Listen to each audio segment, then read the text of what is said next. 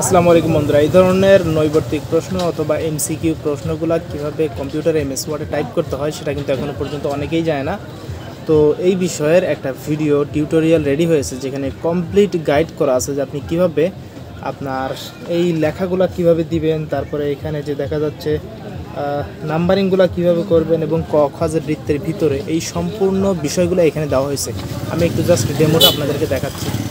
হচ্ছেন এইখানে আমরা কিন্তু একটা প্রশ্ন অলরেডি রেডি করছি, আর এই প্রশ্নের সবগুলো কিন্তু আলাদা আলাদা সিস্টেমে করা হয়েছে। এখান থেকে আপনি চাইলে ইচ্ছা মতো ডিজাইন করতে পারবেন এবং চেঞ্জ করতে পারবেন। আর উপরের যে দিকটা ঝাপসা মতো হয়ে আছে দেখতে পাচ্ছেন, এটা হচ্ছে মূলত হেডার। এটা হেডারে ডিজাইন করা হয়েছে। এখানে ডাবল ক্লিক করলে এটা স্পষ্ট হয়ে যাবে এবং নিচেরটা ঝাপসা হয়ে যাবে। আবার এই ফোটারে আসতে চাইলে আপনি ডাবল ক্লিক করবেন, এদিক থেকে হেডারটা ক্লোজ হয়ে আপনি জাস্ট ফোটারে চলে আসবেন।